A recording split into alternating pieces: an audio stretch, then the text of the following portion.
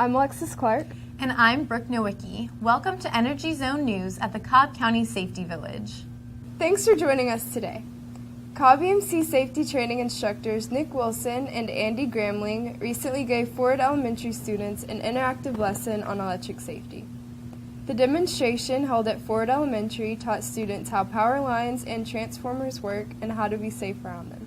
A transformer, what it does is it actually transforms electricity from a higher voltage, like on our distribution system, the 7200 volts that we use, and it actually steps the voltage down to a usable 120, 240 household voltage that we can actually bring into your house. So you can power up things like your TV, your video games, and so on and so forth. But kind of how we're going to do it today and kind of the way our trailer's set up is we're actually going to backfeed a transformer to show you how transformers actually, if you put in 120 volts backwards, it would actually step up that voltage back up to the primary voltage that we have on our system. So transformer transforms voltage both ways. It would step it down and it would step it up.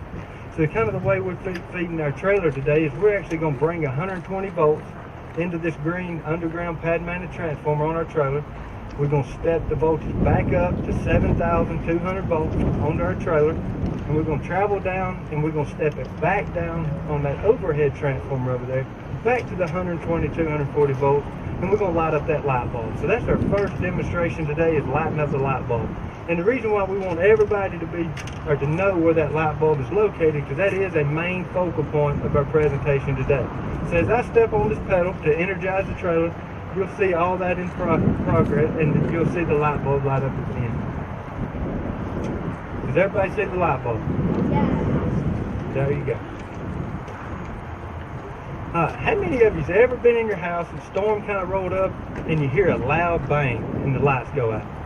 Everybody assumes thinks that the transformer went out, right? The transformer blew.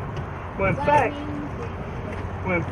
we actually have protection devices on our system, and what that does is kind of help isolate the fault, and that way, if we have one like Mr. Squirrel at the end of the line, it don't take out the whole circuit going all the way back to the substation, which would cost us thousands of consumers out of power instead of us being able to minimize it down to a lower level. So that's what we're going to demonstrate first, is we're actually going to blow this fuse cutout, this protection device right here.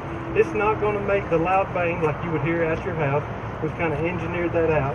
So that's what we're going to do. Andy, he's going to put Mr. Squirrel on there to create the fault like it would be down at the end of the line at your house. And when he does that, the fuse should open up and kind of show you how that works.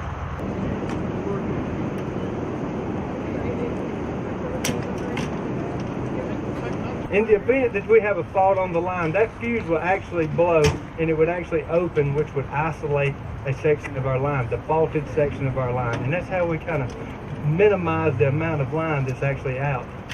With the use of a demonstration trailer, the students watched how 7,200 volts of electricity flows through power lines. The instructor showed how items such as fallen tree limbs, balloons, and even hot dogs can become conductors. For more on this, we spoke to Garrett and India, who are out in the field. Hello, I'm Garrett. And I'm India, and this is Watson, Cobb EMC Safety Ambassador. Hey Garrett, I know it's dangerous to touch the power lines with your hands, but what if I use this broken tree limb? Well, let's see what Cobb EMC Safety Department says about a broken tree limb. Dead or living, that's touching a power line.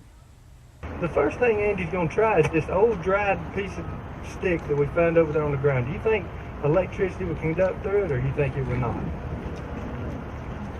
Well, whenever he bridges out this cutout here, watch the light bulb and see if it lights up.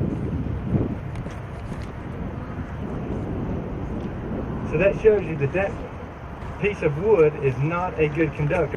With the dead limb that we just got, it has really no moisture content left in it, which is a good conductor, and so on and so forth. Now we're going to demonstrate a wet limb that we just actually went and broke off a tree. Now this one's going to have more sap in it. It's going to have water in it where it's actually still alive. Do you think it's going to light up the light bulb? Yeah. Everybody's saying yes. As you can see, that one will light up the light bulb. What do you think you're doing? I'm gonna fly this kite. Watson doesn't think that's a good idea. Look how close we are to those power lines. What, it's just a kite? Let's see what else students learned at the hotline demonstration. Who likes to fly a kite? We all like to fly a kite on a nice windy day. The next thing Andy's going to demonstrate is how an ordinary kite string under the right circumstances could be a good conductor.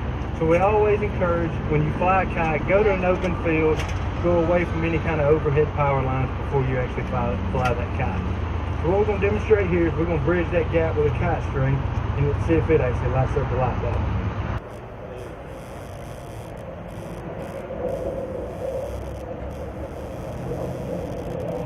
Can't stress enough the importance of be sure you fly the kite out in an open field. Wow, Watson was right. It is important to be careful around electricity. Do you think I could have been hurt? Yes, take a look at this. The next thing we're going to do is cook a hot dog. What he's going to do is he's going to put a hot dog on the 120, 240 volt side. That's actually the electricity that's inside your house, inside your receptacles and your outlets. And what we want to demonstrate here is most people have the misconception that low voltage cannot harm you. And we want to show you how in fact that it can cook that hot dog. So in the event that you go to plug in your appliances, your video games or your TV, be sure to hold the prong or hold the cord back far enough where your fingers do not get up against the prong. Or if you have littler siblings in the house, be sure you put them safety plugs inside your receptacle so they can't stick any objects in there. So that's what we're going to do right now is cook a hot dog on 120, 240 volts. This one's going to take a little bit, so you need to kind of just keep your eyes on it and you'll see it start smoking and start swelling.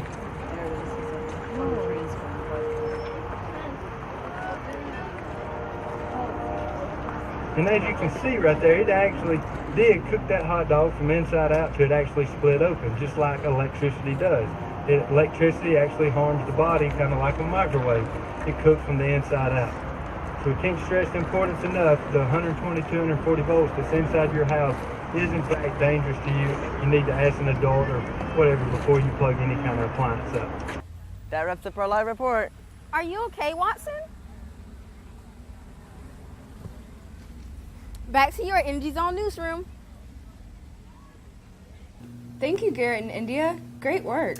Here's some other basic safety tips from Cobb EMC. Always call your local power provider to report lines on the ground. Treat lines on the ground as energized and stay away. Never try to touch power lines with anything. If a fallen tree is contacting a line, do not touch the tree. It can conduct electricity. And remember, water and electricity don't mix. And that does it for this edition of Energy Zone News. Have a great day at the Cobb County Safety Village.